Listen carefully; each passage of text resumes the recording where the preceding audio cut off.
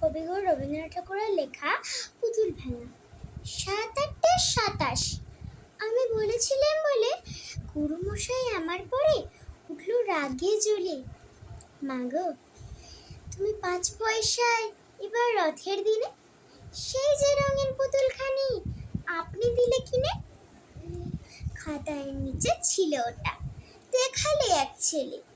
গুরুমশাই রেগে মেগে ভেঙে দিলেন ফেলে। মাগো, আমি জানাই কাকে, ওর কি গুরু আছে?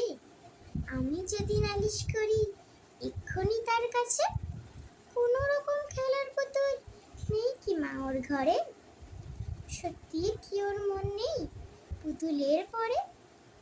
সকাল সাজে তাদের নিয়ে করতে গিয়ে খেলা, কোনো পড়ায় করেন নাকি কোনো রকম হেলা?